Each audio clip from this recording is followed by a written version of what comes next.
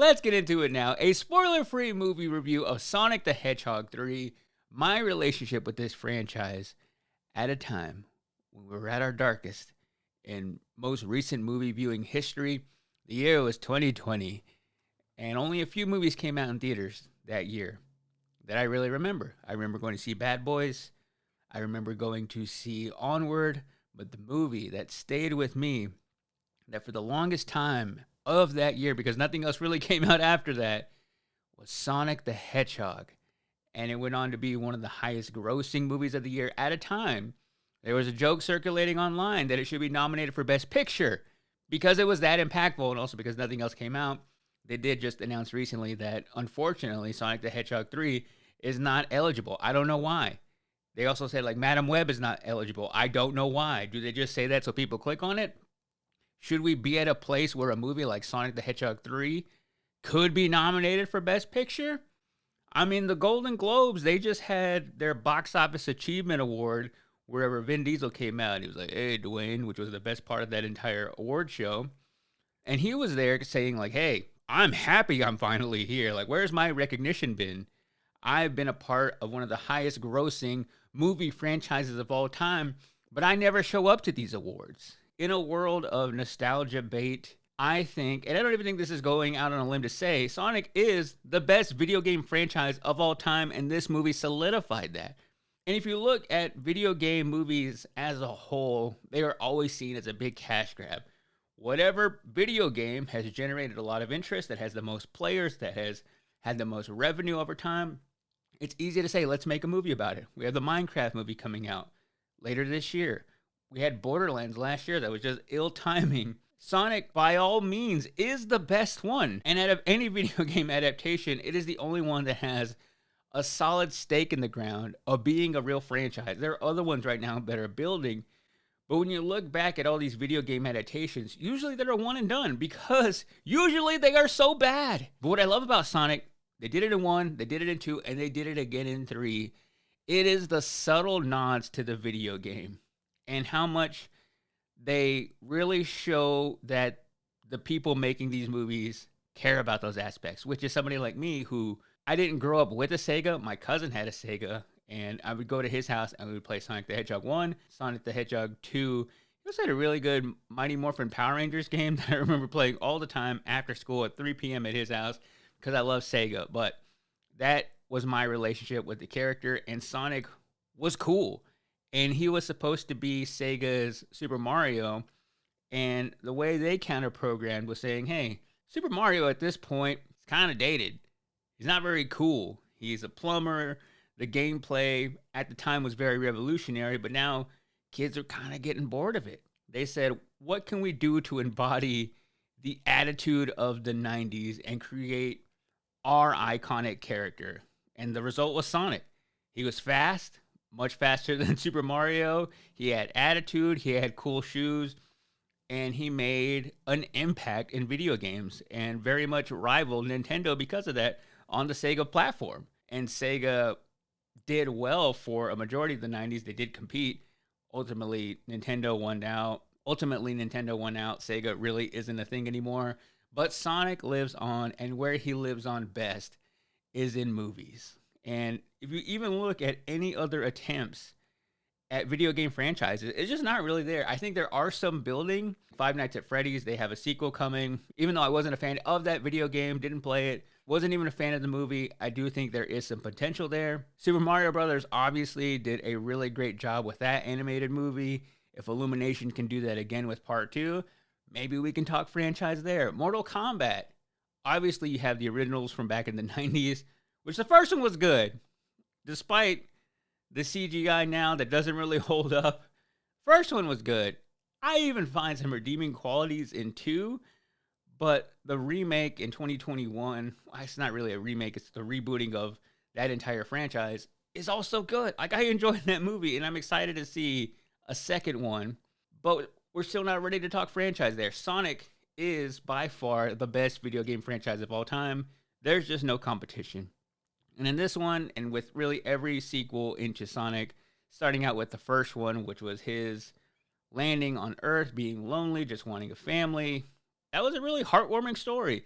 In the second one, we get a new character, Knuckles, voiced by Idris Elba. And then in this third one, we have Shadow, voiced by Keanu Reeves. So with every sequel, they've introduced a new character. There's Tails, of course. They are a whole family. They are a whole unit. What I just love is the character design of Sonic and how the internet changed all that, where he looked freaky and beady-eyed in that first trailer they released, and everybody was like, yo, this doesn't look good. And now he is so warm and cuddly and fun and friendly looking. And even just the fact that he was a lot smaller and skinnier and scrawnier in the first one, and as he has become more loved by humans and his family, he has grown. He has beefed up a lot leading into Sonic 3. And the thing about Sonic 3, if you took away the fact that it was Sonic and you just took this action and character arc and story and plugged it into the MCU, we wouldn't bat an eye at saying this is a family film. It's not a family film. The only real thing that makes Sonic a family film is Dr. Robotnik, played by Jim Carrey. He is so wacky and outlandish in this character, and it's kind of what brings it back down a little bit. And I get you're kind of fighting different generations here. You have the people like me who grew up with Sonic cartoon back in the day. Oh, I love that cartoon with Jaleel White as the voice of Sonic. I still go back and watch episodes of that. He taught me a lot about life. Those little life lessons at the end of those episodes, I learned so much. But you have the 30-year-old, mid-30s, even late 40s fan like me. You have probably people who discovered him in like the 2000s. And then obviously everybody in between. But then you have the young generation. Kids who have really only watched the movie from 2020 and beyond. And that has been their introduction into the character. Because really the video games aren't even as prevalent anymore. I think you have to include the wackiness of Jim Carrey, which he does a really great job at. He's Jim Carrey. He is the best at doing that. It's wild to me still that this is the movie franchise that brought him out of acting retirement. Like, this is what he said, you know what? I want to come back and play this character because it feels so unlike anything in his filmography.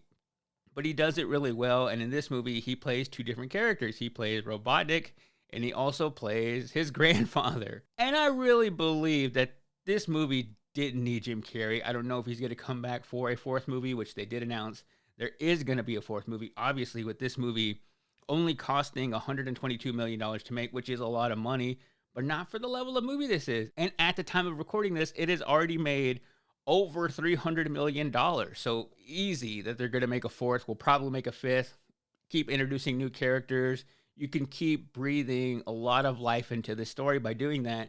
And I think at this point, you don't really need him anymore. Whenever he was on screen, those were the only moments I found myself not enjoying the movie. And I love 1, 2, and 3 now. I still think number 1 is the best out of all of them, but I will now put 3 in that second slot because I think the action was really that good. $122 million was really well spent. And you see that from the opening scene of this movie. There was a lot more gunfire and flames and just overall destruction in this movie than I was expecting. And not only that, but seeing the transformation not only of Sonic's character, but also had one of the best backstories for not just somebody in a video game character in a family-friendly movie, but I would say of most villains that we've had in the last 2 to 3 years. The entire story of Shadow and why he is the way he is, his origin story, his just trying to have somebody to understand him story.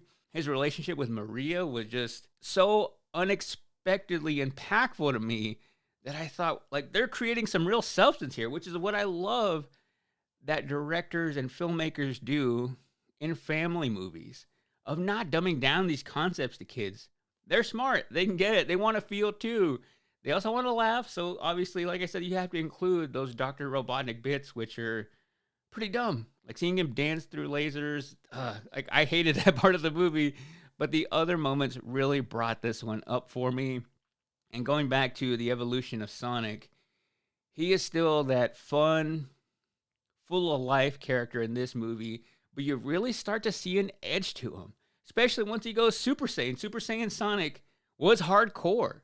Super Saiyan Sonic was going to save his family, going to save the world, no matter what. And I love a movie with edge, a movie with unexpected edge, I would say. And that is exactly what they brought to us in Sonic 3. The final battle was, I would say, even better than the final battle in 1 and 2. But I think overall it was just the comedy that wasn't really cutting it for me. I think if they cut that out, this franchise would be stronger. But again, I'm saying that as a 30-year-old adult. Overall, the movie looked great. Taught you about family. It taught you about loss. It taught you about teamwork, which I think was really important, even for me. It reminded me, man, you can't dip out on your friends. Once you're in something together, you got to stick together. You can't abandon people, especially the people who got you there.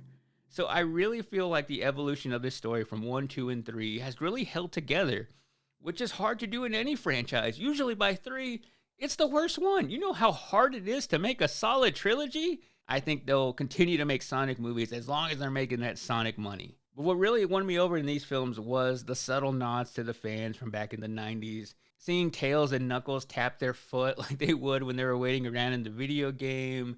I love the real subtle nods to the music where they have like these stripped down, almost orchestra versions of like, da-na-na-na-na-na, da-na. Like that is just like, oh yeah, it's just right there, crispy. You're also playing to older ears, like, oh yeah, throw in some classical music on this Sonic film. So overall, a really solid installment in the franchise. Still not the best, but for Sonic 3, I give it 4 out of 5 gold rings, baby.